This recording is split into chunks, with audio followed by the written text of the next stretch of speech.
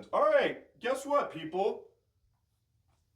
You might be wondering what doesn't make sense. I said as I hit the record button, this one's for Tisky, but that doesn't really make any sense because this one's for Treehen up here.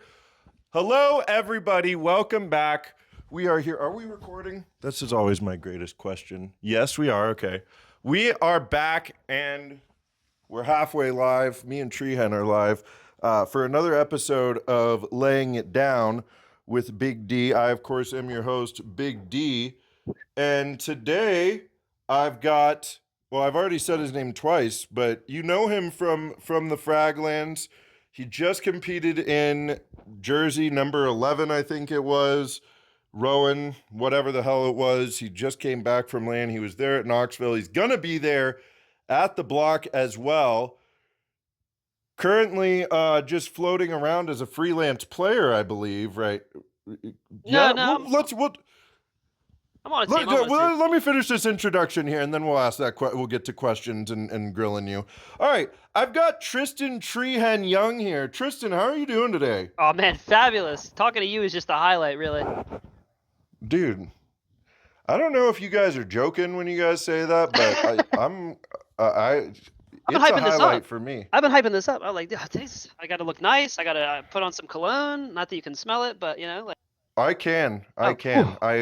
I can see from here that I can smell Calvin Klein. It's actually Chanel. I'm I sorry, it's Chanel. Chanel de Bleu. is it Chanel? Oh yeah, oh yeah. The Okay. go-to. The go-to. Fancy lad. Okay. All right. Well, let's answer that question first. What team are you playing for right now? I know you were Uh, there with no radar yeah. So on. that's our actual team. We were using Rue as a substitute because he plays for Omen. So Right. our other Shout teammate out was Andrew. our other teammate was in Japan doing that, so he just couldn't come. Obviously, he was doing IRL stuff. So, but yeah, we're planning on sticking together for this upcoming season. We're in talks with some orgs. I think we've concluded something, so I'll have news about that probably posted on X/Twitter sometime down the road. But yeah, we're planning to stick together for next season. And now that Advance is going to be BO3s, it's going to be like better practice for lands because we're all planning to go to Mega Jersey as a whole team and make a playoff run there, which would be nice. So more HLTV, which means closer to getting on that VRS and then that ECL invite. So. That's what everybody wants right now is those VRS points. That's what everybody's clamoring for within Yeah, the region. with how the new the setup is, everyone's talking about how there wasn't even enough ECL teams to make the full 24. So even just getting a little bit of like VRS is enough to get you that invite. So because we played 2 matches of HLTV at Knoxville, if we can qualify for like one of these Dust 2 qualifiers, make playoffs again at Mega Jersey, we're going to be closer. Because like if we qualify for Dust 2, we'll be on VRS because we'll have at least 3 games played, unless we somehow make playoffs on that, and then we'll have even more. So assuming we can get one of those closed out one of these next 2 Saturdays, then we'll be able to get on the VRS and finally be an ECL and then start actually getting points and better seating. So that would be nice. Yeah, it would be nice. I've been listening to a lot about how frustrating this VRS system can be for the entry level. Like you guys are at the top of the region as far as like being able to play good, consistent team-based Counter-Strike, show up to land, play advanced, qualify for playoffs, these kinds of things. But those starting VRS points are so elusive right now, and it seemed I would okay. So is Advanced Season 55 going to be best of threes all the way? As far as I'm aware, it's 2 BO3s a week. So they will switch to BO3s now, which most people are just going to use advanced for practice because you qualify to go to a BYOC land, which like 90% of the advanced scene probably won't even be able to do in the first place. And you're going to go to a place where there's already going to be like big, for example, is flying out to play that. So like Right. not many like top advanced teams are doing that. It's more of a good practice to get kind of reps in against like the better teams in advanced because the gap between bottom ECL and top advanced really isn't that big. Like I've played against some of these ECL teams, I've beaten some of these ECL teams, but we're not getting the invite because we don't have the points because the wins that we have are either in early stages of qualifiers, in advanced where it doesn't actually matter for anything. So it'll be interesting to see just because some teams are good, but like they're still definitely beatable, especially if you're in the upper bracket of advanced. Not saying that my team is the greatest advanced team ever, but we're hoping that with some of the changes we're making to like have a good playoff run and qualify for ECL. So we'll see how that goes. I think I'm sitting here thinking about it. I just think that there's just this very massive shakeup right now with VRS and ESEA and ESL and these big like ESEA has been the path to pro for 10 plus years now, and VRS is making it so that none of that shit matters really. Like you're better off just straight up making a team and trying to compete for VRS Yeah. points and learning how to play against really good teams than trying to grind your way from open all the way up to advanced right now, right? Yeah, there's teams It, that don't it even play advanced anymore because it's not worth it. Like they'll sign up for qualifiers, but they don't play. Like everyone like clowns on like Seoul, for example, like because they had Sahar Prime, who is just the best North American player ever. But like teams like that like don't even really play League as much anymore. It's only just all these online qualifiers that they play, and then they can like qualify. And if they make playoffs, half the time they forfeit it anyway because their cameras don't work properly. yeah, it's weird watching this guys like, oh, we just dominate up until we have to have our cameras on or we know we're being watched. Like Yeah, I don't I don't know. I watched them yesterday doing the Daddy Skins Cup for Daddy Skins. they kind of got ran down a Uh, little bit. yeah, they got ran down by Cammy's kittens, dude. And but that's the thing is like they got to the grand finals. I think I don't know anything about those guys. Like I know what the speculation is, right? About them from reading stuff on Twitter, but like they are I've never seen anything like concrete, but what I do see is like they smoke any team that's not aware of how to play actual Counter-Strike, but the Yeah, moment they come across a team that even has the basics of fundamentals like flawlessly down, they can get yeah. easily like smoked and crushed. So like watching them yesterday, I never saw them like have prime reads or like crazy things. It's just they consistently hit their Yeah, shots, they shoot. Yeah, which for is sure. right, which it seems to kind of be all they do. Like, and I don't know. That yeah. I just think NA doesn't like it when people show up and are better than us. Like, I think part of the problem recently has been a lot of these qualifiers have rules where it's 3 NA players or people from NA, and then 2 people can be playing from outside of North America. And a lot of the time, it's speculated that the people that are playing from outside of North America are just cheating in some way or another. So like it'll be 3 players, okay. and then one of the people that's playing with 150 ping from who knows where is all of a sudden having god tier reads. And even if they're not shooting, like my team had played one of the Dust 2 qualifiers. We had beaten Marco Registrada, who's ECL. We beat TSG, who is, I think they made ECL now. We like beat both of them, get to the Yeah. finals, and we play a team of like an X advanced pug stack with a guy that's very questionable, and they just had the best reads, everything like that. But they couldn't catch him for banning. They caught him for they didn't ban him for cheating. They banned him because it was found that he was account sharing. Because just like a day prior, he was playing with like 50 ping to Moscow. So he was account sharing to the US with somebody cheating on that guy's account. So they banned him for that. But we didn't just get the win overturned. We had to replay the whole bracket because the teams that they beat, Jeff had them replay each other, and then we ended up losing to Regain in the finals. So if it was just like overturned, or we somehow beat the cheaters, or just beat Regain, we would have been in the Dust 2, and we probably would have had VRS by now. But it is what it is. A loss is a loss. Can't stay too mad at it. Yeah, the Dust 2. I know that Dust 2 US Eagle Masters has been Yeah, it's been it's had some problems, but it's had some issues. Yeah, it's well, it's VRS. We yeah, got that's you VRS have to. from I it, mean, if you so have enough VRS, you can probably like you could skip playing it, but like a lot of these qualifiers, there's like really good teams signed up for, but half the time they don't even play. They just get like pre-signed up anyway. So like the first Dust 2 that was like the one that was this Saturday, I was at Rowan. Obviously, my team couldn't play it because like 2 or 3 of us were there. There was one that was a previous Saturday, but my team kind of dropped the ball a little bit, and the people that were like in charge of the roster, we didn't get signed up fast enough. And then at the last minute, we signed up for the wrong one somehow. So that one was would have been a decent run because of the teams playing weren't anything over the top. Like they were manageable. Not saying that teams are good or bad, but a lot the teams that were playing were teams that we could have beaten. So we're hoping that the next two that pop up, we'll be able to slide into playoffs using one of those and then go from there. So we'll see. It's so fucking complicated. There's so much shit going on. I literally just don't even follow any of it because I'm like, if I'm not laying it down with one of you guys and recording or editing the video together or Yeah, casting a game, not really in the I'm scene as just much. I'm playing the game. I'm Yeah, not yeah, yeah. like Big D still got dreams of going pro himself, okay? I'm Oh, trying good, to good. All right, all right.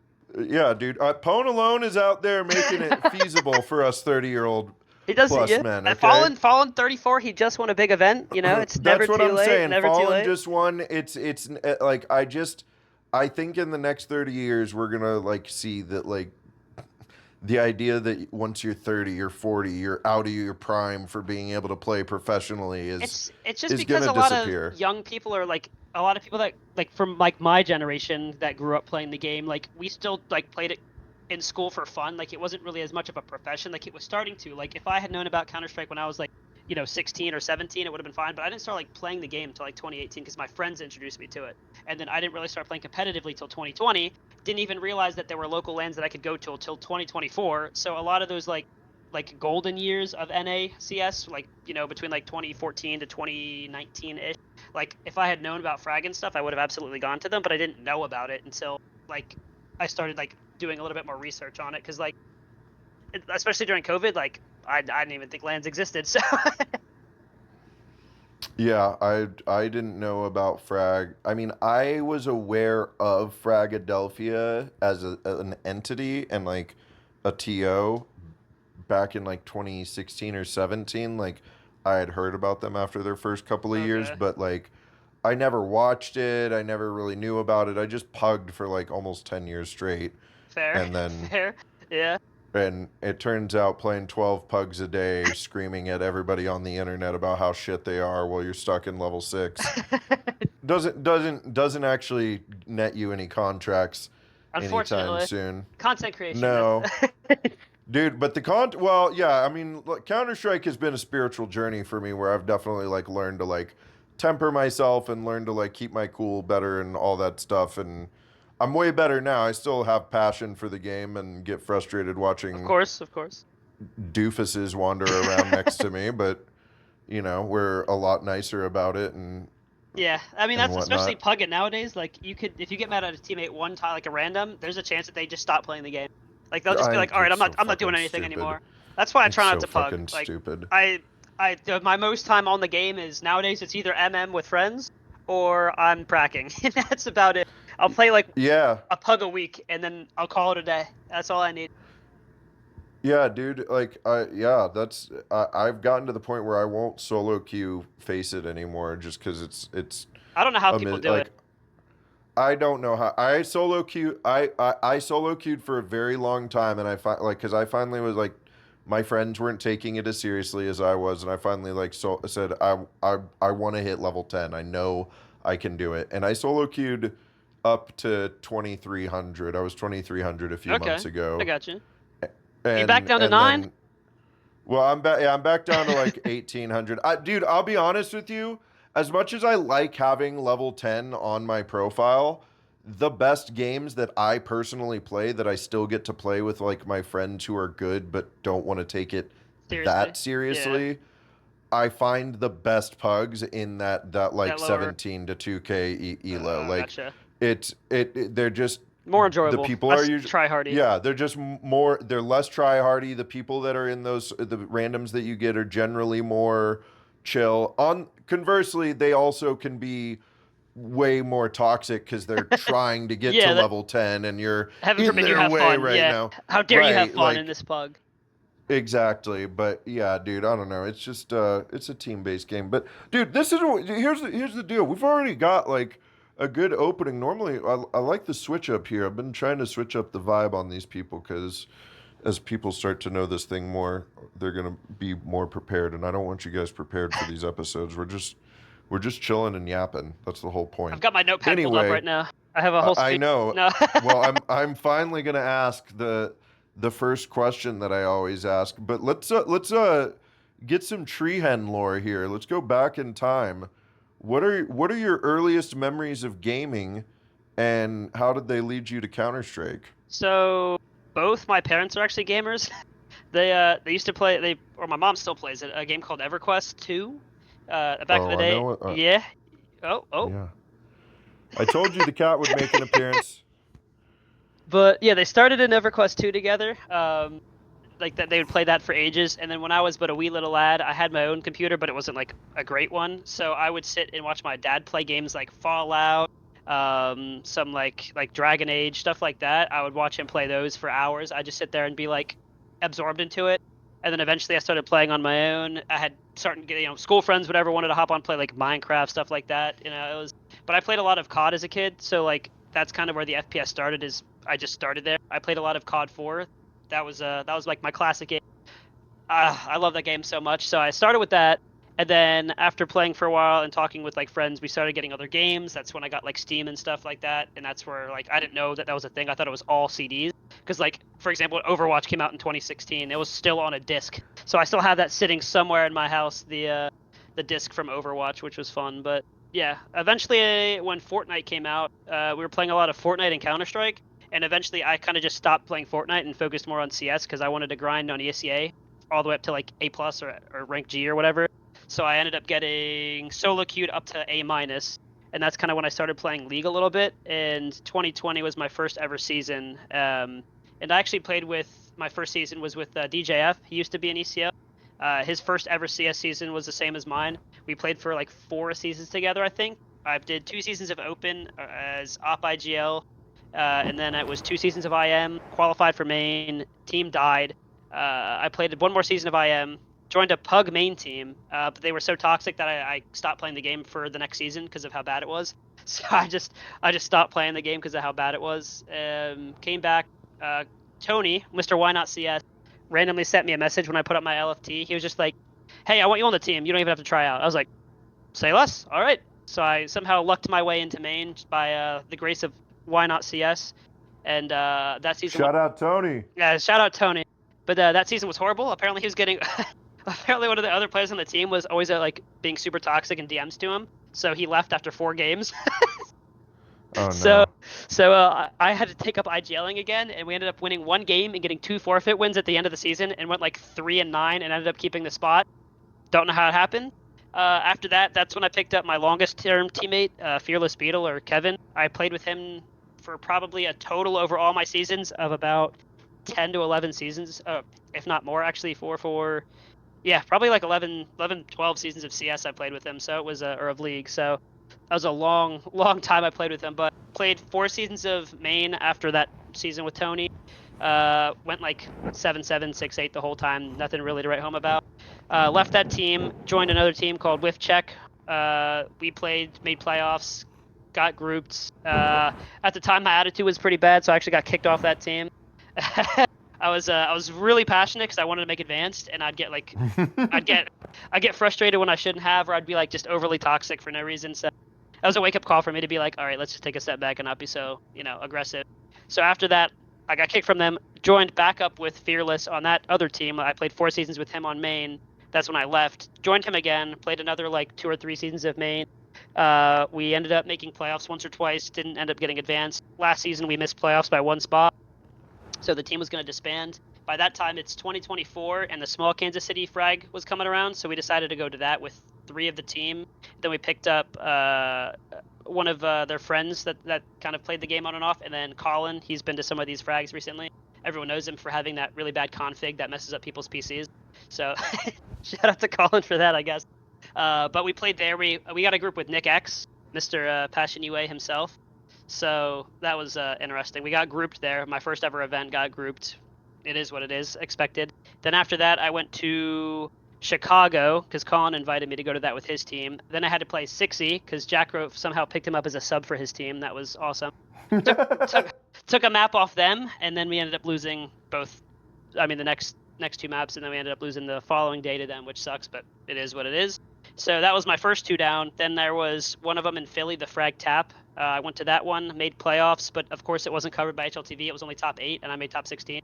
Then we ended up losing to Fisher, who ended up winning the whole thing anyway, so it wasn't that bad. But at that point, that's when I kind of started getting my name out a little bit more, because I didn't actually use like social media until the Kansas City LAN, because when that happened, that's when I put on my LFT for advanced. Even I've never played advanced at that point. I had played a lot of main, made playoffs once or twice. Not a whole lot of experience, but I had decent stats, and I thought that I was a good enough player to get into advanced. So then I got a tryout because on Twitter, like actually it might have been like 5 or 6 people added this one guy who was put out like a LFP. So I ended up joining that team with Fearless Beetle. We weren't even playing together at the time. Like we were playing together, but like we weren't a duo. They just happened to pick us both up at the same time because he was IGLing.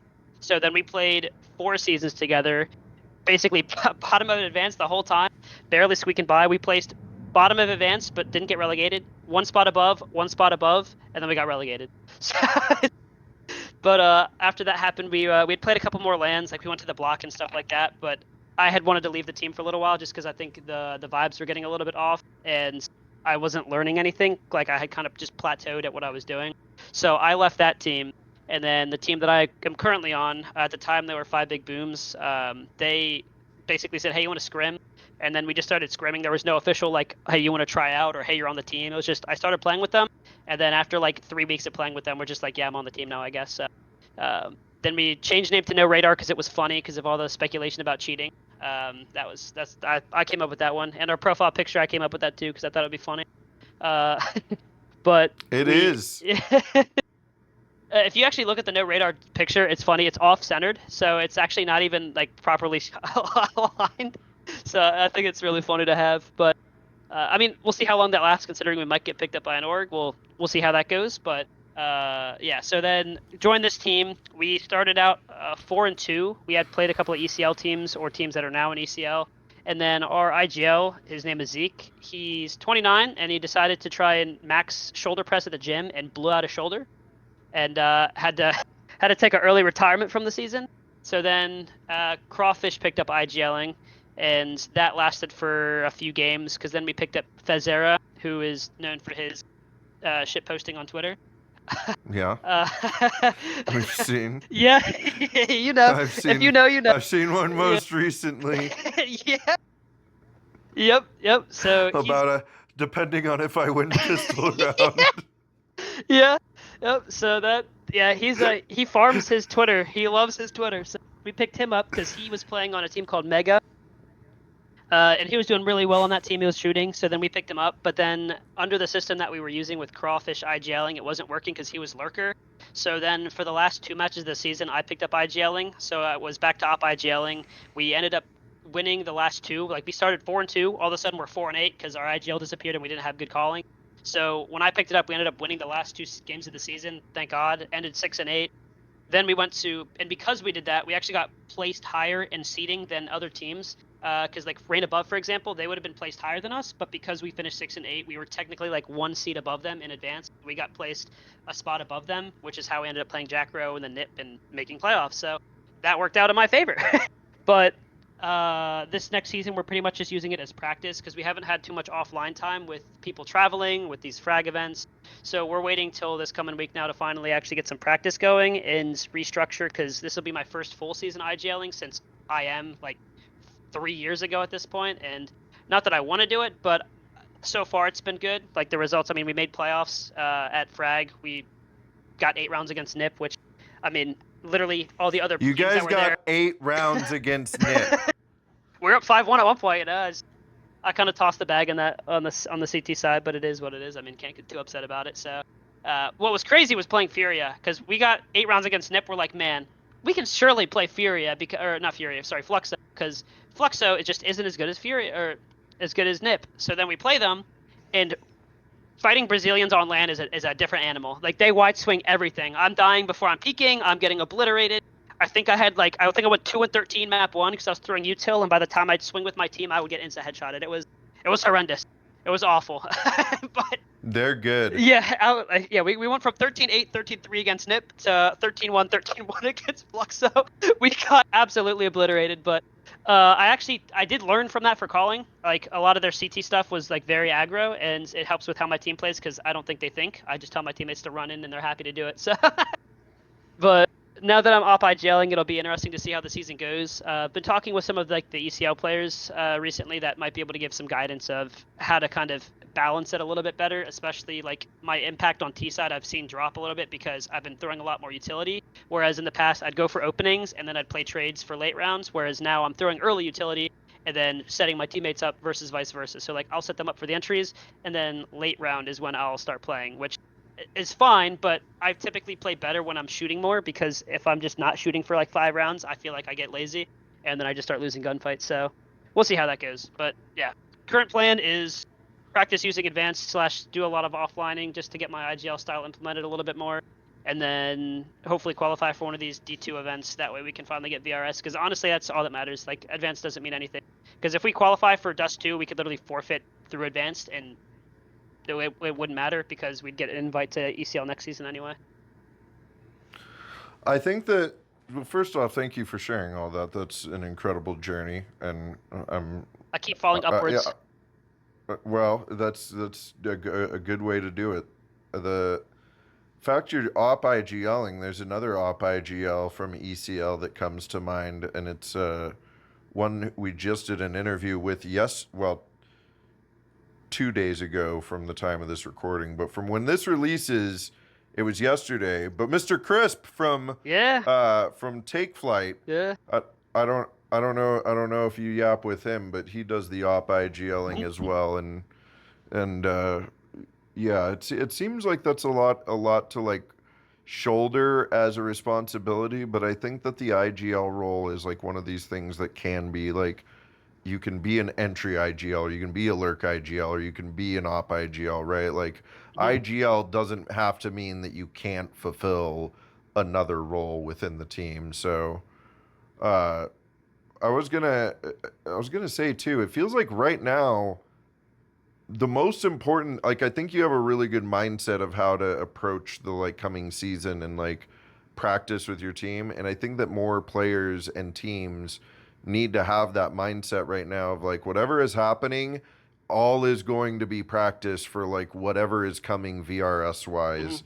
And because that's all getting balanced out right now, and I think that the teams that stick together right now and figure out who can play what role best and actually mesh together well and then practice like that for a while, those are going to be the teams that start actually getting those VRS points. And that may seem obvious, but like, obviously, and just in your story alone, NA loves the roster shuffle. Oh yeah. And if things aren't working, this guy's got to go, and we're not telling him either. Yep. He's just got to go. No chance to change.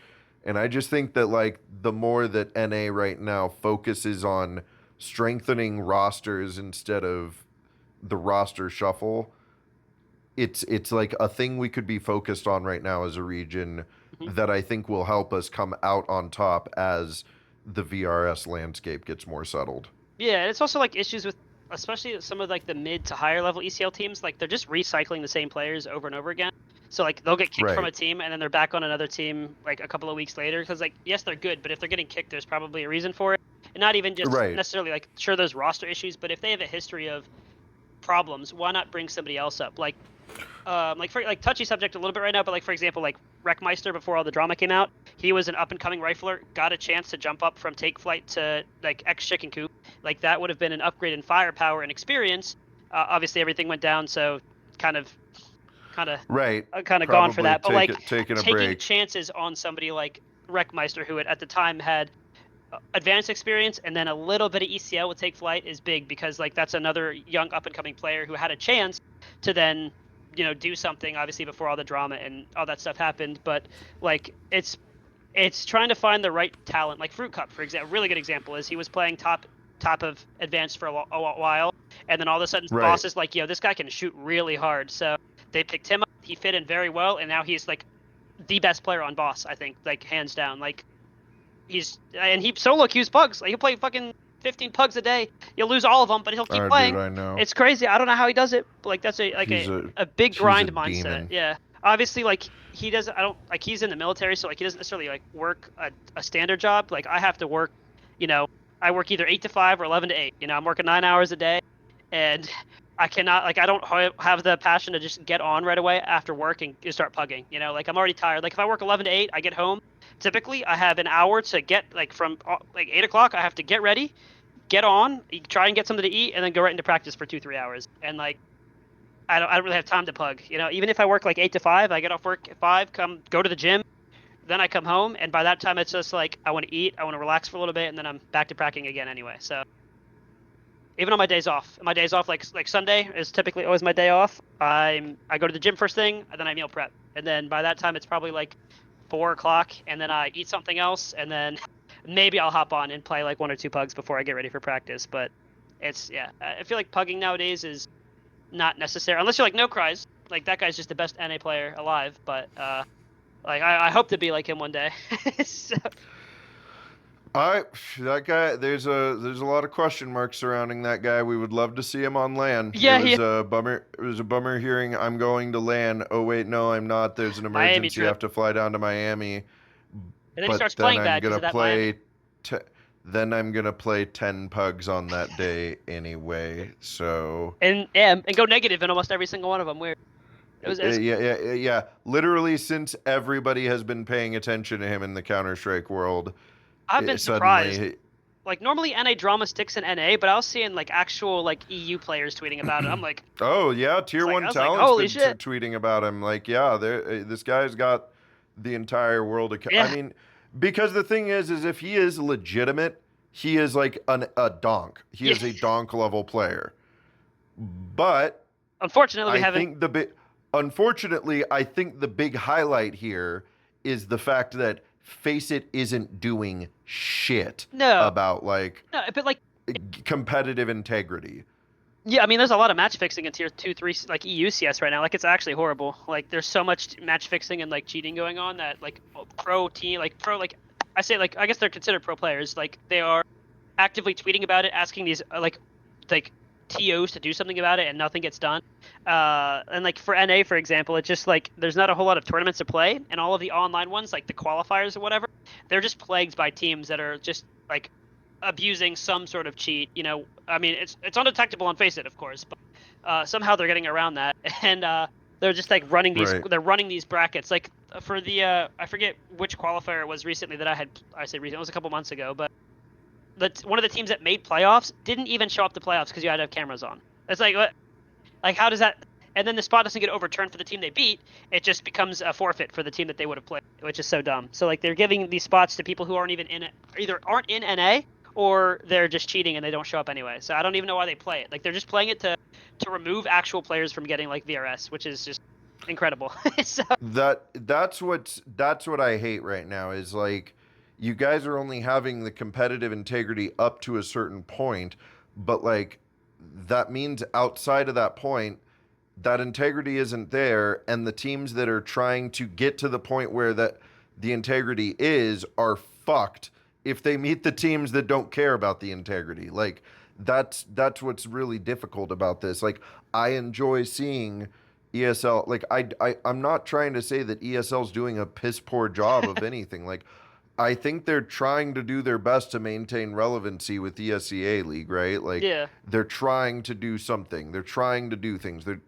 They're not doing a great job, but like I know they're trying, and I'm not here to like sit and badmouth them, but like, and I do really like the fact that they are trying to implement these rules of like, okay, for online games, you guys need to have cameras on so admins can sit and check everything that you can see at your desk and around your surrounding settings. Like that is a good addition. Don't make that public view. yeah. Don't put that on the broadcast. Just so the Let admins can players see still it. have their privacy.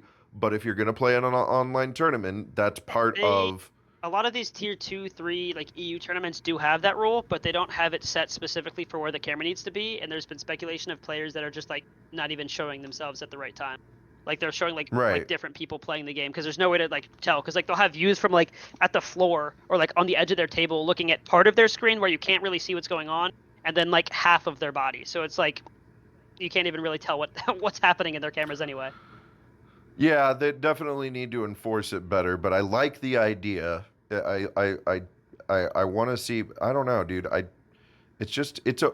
I, the things going on in Counter Strike right now are a microcosm for the rest of the world. I feel like. I mean, it's just like it just feels like the bad actors are the ones that are winning the most, and you know it's tough out there for the average person, right? The world, and not even going political with that by any Yeah. means. I'm just saying for the average person in the world, it's a dark and scary time to be alive, right? Like there's some that being said, even more of the microcosm, we are getting to sit here and play a video game True. all day every True. day and hang out with our friends, right? So it can't be too bad. Like simultaneously, humans have also never had it so fucking good. Yeah. So it's a weird time to be alive more than anything. But yeah, dude, it just feels like it feels very weird with the space. Well, let me ask you this: what would you like to see happen in like we can specifically talk about NA, but Hmm. if you have broader generalities of the scene, feel free to dive into them. But what would you like to see happen with the VRS ecosystem? Like, what would the ideal system in your mind be? I think the biggest thing that's been brought up by a lot of other people as well is the fact that Valve is not doing their own thing. They're paying HLTV for their stats on the games they cover, and it's entirely up to HLTV which matches they'll cover. So instead of Valve being like, okay, we're going to cover this, they're like, HLTV will pay you for the statistics on this happening. So, like, for example, if there was a local LAN, Valve themselves could be like, okay, it's a $5,000 LAN event that's, 8 teams. We'll cover that, but instead it's like HLTV. Are you covering this? Oh, you're not covering it. All right, no VRS then. So it's completely up to HLTV which games are going to be covered and not covered, and that's the information that Valve is getting. So it's not even Valve doing their own homework; it's them paying HLTV for their information. So if HLTV decides, hey, this game isn't worth covering, which they are notorious for knowing, they're notorious for not covering NA matches.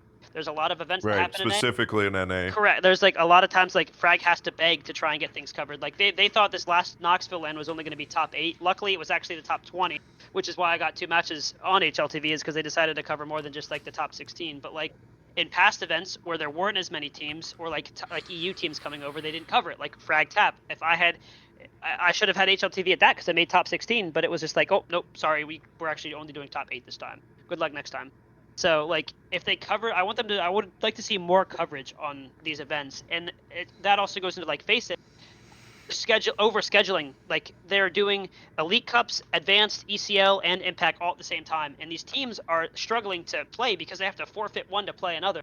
So, like, if you wanted to play Advanced to get like the prize money or get flown out to the BYOC, you have to forfeit the match. A good team to like look at, for example, is Lag. They have had to play the Elite Cup, ECL, and Advanced. They had to forfeit their upper bracket of Advanced. They had to forfeit the finals of Advanced because they were playing ECL and they were playing in the Elite Cup, which is, and it's not even like both teams were okay like moving things, like they were okay rescheduling, but Peso was like, nah, sorry, we're not going to do that. Actually, you have to play. So like they're getting forced to play matches and then forfeit other matches because the same organizer has 3 different tournaments going on at the same time. So, Right. like, that doesn't make any sense. It's just, it screws over people who need VRS, and like I think the biggest change that needs to happen is better organization of events, and then being a little bit more lenient with the coverage because 1, it gives new teams a chance to try and get on the map, and 2, it allows for more points to be distributed to teams that are needing it, like teams on the up and coming, like Marsborn, for example. They picking up Danny, like CXEI, like that's a huge pickup. They beat Wildcard immediately after getting it. W for them. Their odds of making the major are, I mean, they're technically able to make it, but like there's just not enough tournaments going on for them to even like consider doing it. Like their goal this time should just be get as much HL or get as many VRS points now as you can, and then when the next major comes around, hopefully you become in contention for one of those teams that are like 25 to 50% chance of making the major. Like there's just not enough coverage. Whereas random $2,000 European tournaments are getting full coverage from group stage onward. Frag events no longer, like frag events, what, like 10 years ago they'd get fully covered. Nowadays it's playoffs only. Sometimes it's not even playoffs, it's like top 8. So I think just HLTV needs to be a little bit more lenient or more giving to the NA scene because like we don't have many VRS to give, and the ones that are we have either Europeans coming to take it or the top teams just keep recycling it between each other. Like the M80s, the NRGs, the wildcards, they're just like passing VRS because they win against each other and then lose against each other, and then that's where the points go. So I don't know. No, I think you're right. I like one of the big things that I remember 10 months ago when the VRS was introduced is people are like, "Oh, there's not going to be another arm, or we're never going to have this the storybook run or the Cinderella run of like a team qualifying from open to just Yeah, joining this and then making it all the way to the major, right?" And I think that like whatever, like that is one of the problems with VRS is it's become like it the idea of it is to make more of an open circuit at the higher brackets, but it's unfortunately closed the circuit yeah, at the lower brackets. And they need to figure out how to keep maintaining that so that the upper bracket is disrupted, right? So yeah, that we're not seeing the same teams that just hold organizational value versus actual how good they are in the scene being at all these big tournaments, right? But we need to have the bottom opened up again so that it's a much more not easy, like yeah. the system needs to be challenging to get onto because that's the start of like, hey, we're a serious Counter-Strike team, right? Hmm. But it does need to be easier for like what we talked about at the very beginning of the episode for teams like you guys or the Take Flights or the Lags or the whoever the hell is like trying like these top advanced teams that are showing up to lands, Yeah, not just playing in tournaments, but showing up to lands, practicing, putting the work in. There needs to be more like if you're a team that can fucking take 8 rounds off of NIP, like for the love of God, there should be something available. Obviously, if there was an easier way to get VRS, you guys are a team that would be able to get something like that, right? I And would there hope so. should. Yeah, I well, I've thought about the fact like I really think that all of advanced playoffs need. I think that what ESEA needs to do is make all of advanced playoffs VRS to the point where anybody that makes advanced playoffs gets like a little trickle of VRS. yeah, yeah, Not I don't know how it works, but like literally that's the entry point because then if you do that, you make ESEA open and up still a viable thing because yeah. they People want to frankly have play. done a right. They've done a nice job splitting all that up through open 1 through 8, open 9, 10. I like it's all split up nicely now so that there's an actual progression and like open 9, 10 is where those advanced mix and main teams that want to start over go to instead of the very beginning, right? Like there's a very beginning now that's good for very beginning. Yeah, And so if you can keep that as like a pathway that means something because you're going to make advanced and then maybe get those VRS, I think that that would be a good starting point. But I just would also like to see, like you said, HLTV not. There's like one guy over in yeah. Romania, from my Yep, understanding, yep, that yep. is managing all of North American VRS. And it's like, Yeah, why? you guys surely could hire like somebody in the United States to like manage the VRS that's going to also know or just in NA they're going to know the ecosystem better. So there's definitely a lot more that can be improved. Yeah, and I'm like how advanced used to be was like you would get HLTV coverage when you went like the top I think 8 in upper bracket or top 8 in advanced used to get coverage on HLTV, but with the changes with VRS, Faceit had to change how they did their style in order to be like liable for VRS for their other events. So advanced you could no longer qualify to ECL through it because it didn't follow how the VRS was supposed to happen. And the events are in advanced, like I think the advanced top 4 are still covered, but they don't get VRS. Like I think they're HLTV covered for the top 4, but you don't actually get points for it. You just get HLTV for it. Which I mean, if you've never had it, cool.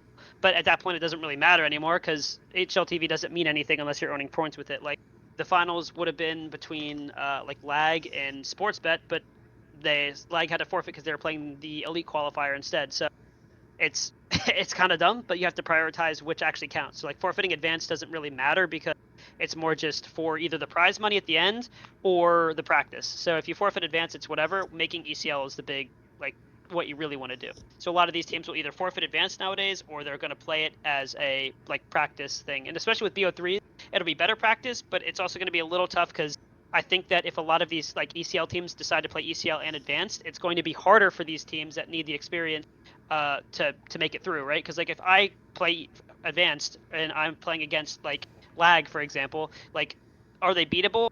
Yes. I mean, yeah, I mean, one of Goons took a map off them. I think I could take a map off one of Goons. Therefore, I think I could take a map off lag.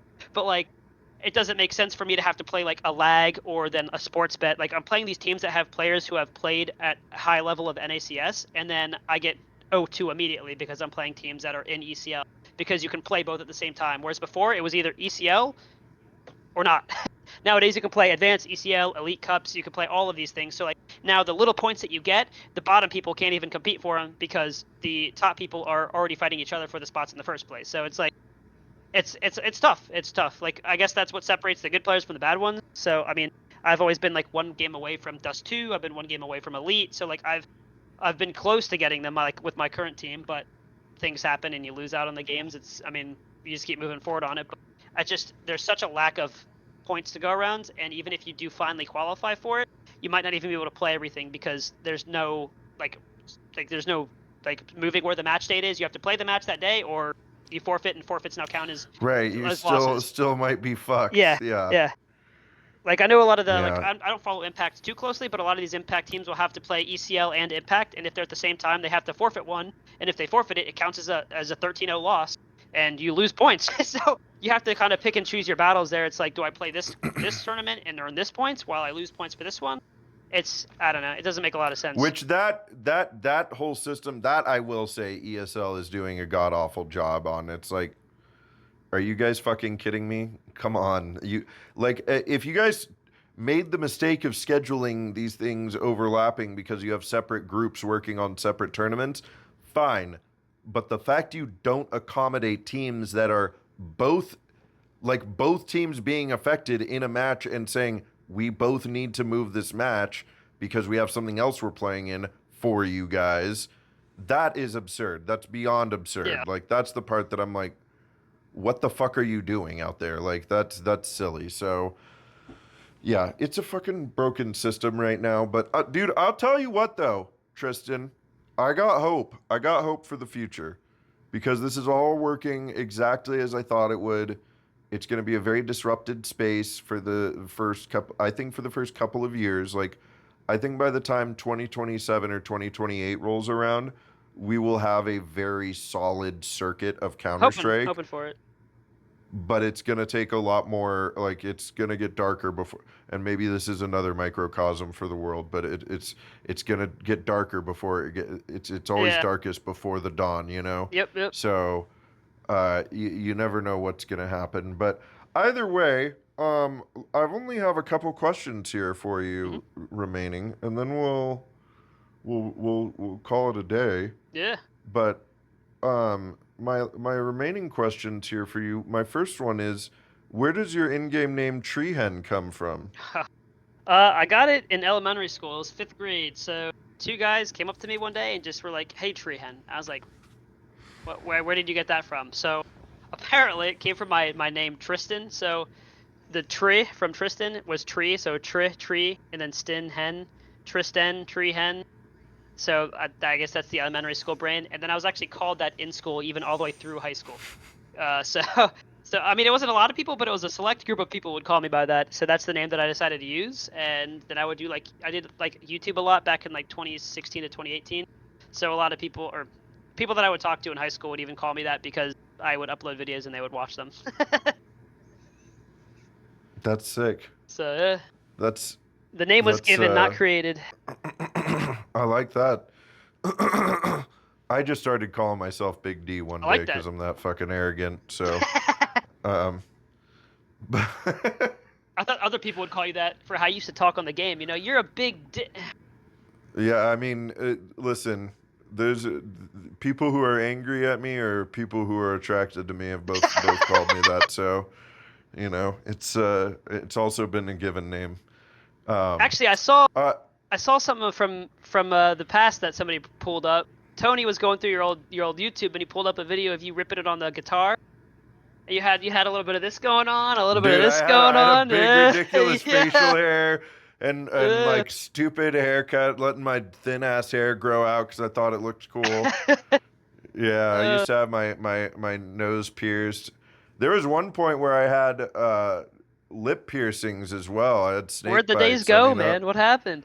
I'm an old man now, just trying to middle of the road, live life the best I can. I gotcha. I gotcha. Uh, no, we still shred on the bass.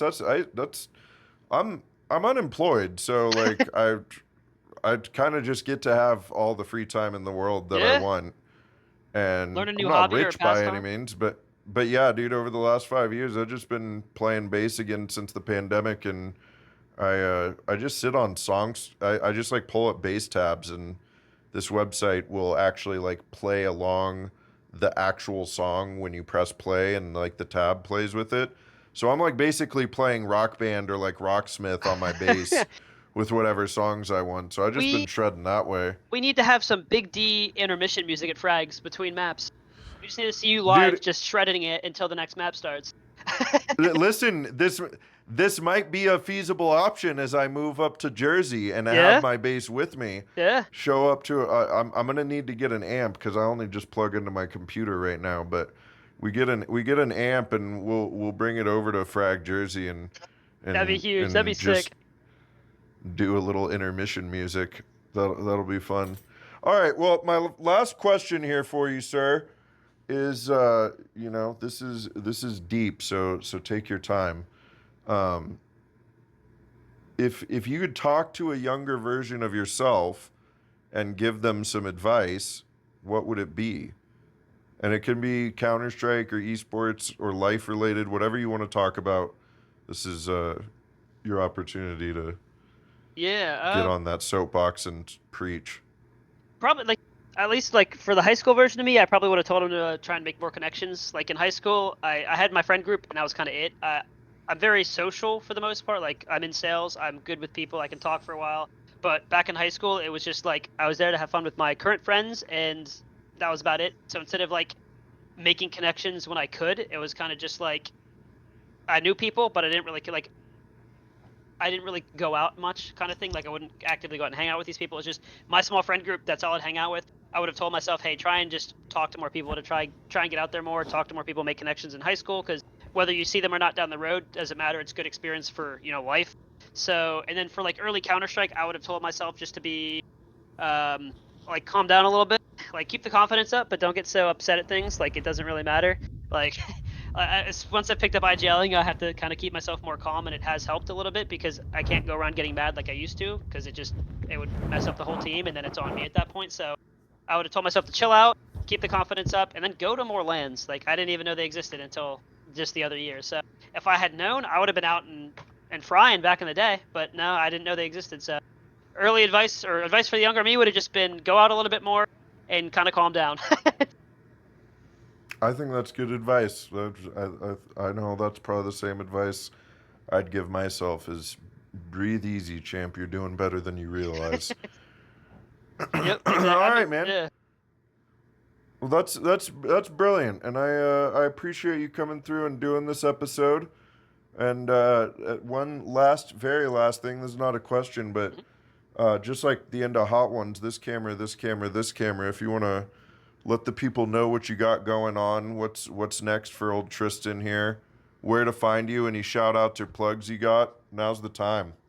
I mean, down the road here, gonna have hopefully be signing to an org.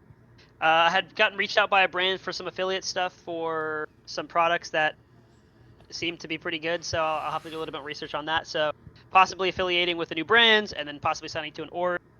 Big thing to catch me at. I'll be at Blocktober, but more for the shits and giggles. But Mega Jersey, I should be there hopefully with the whole team. That's where we're going to really want to try and do some upsets. Hopefully by that time we'll be seated a little bit higher, have a little bit more expectations going into things instead of just being like, oh, maybe we'll do it. It should be, hey, we'll be doing this, and then going farther would be great. So I think that's the big thing on the agenda now is get those VRS points and then show up to these lands, have fun, but play to our level, if not higher. So yeah. Beautiful. All right, dude. Well, thank you so much, Tristan, for joining us, and thank you all at home for watching. I appreciate you having me. It was great. Of course. Dude, this is another banger episode. They're getting better and better each time. Yeah, exactly. All right. That is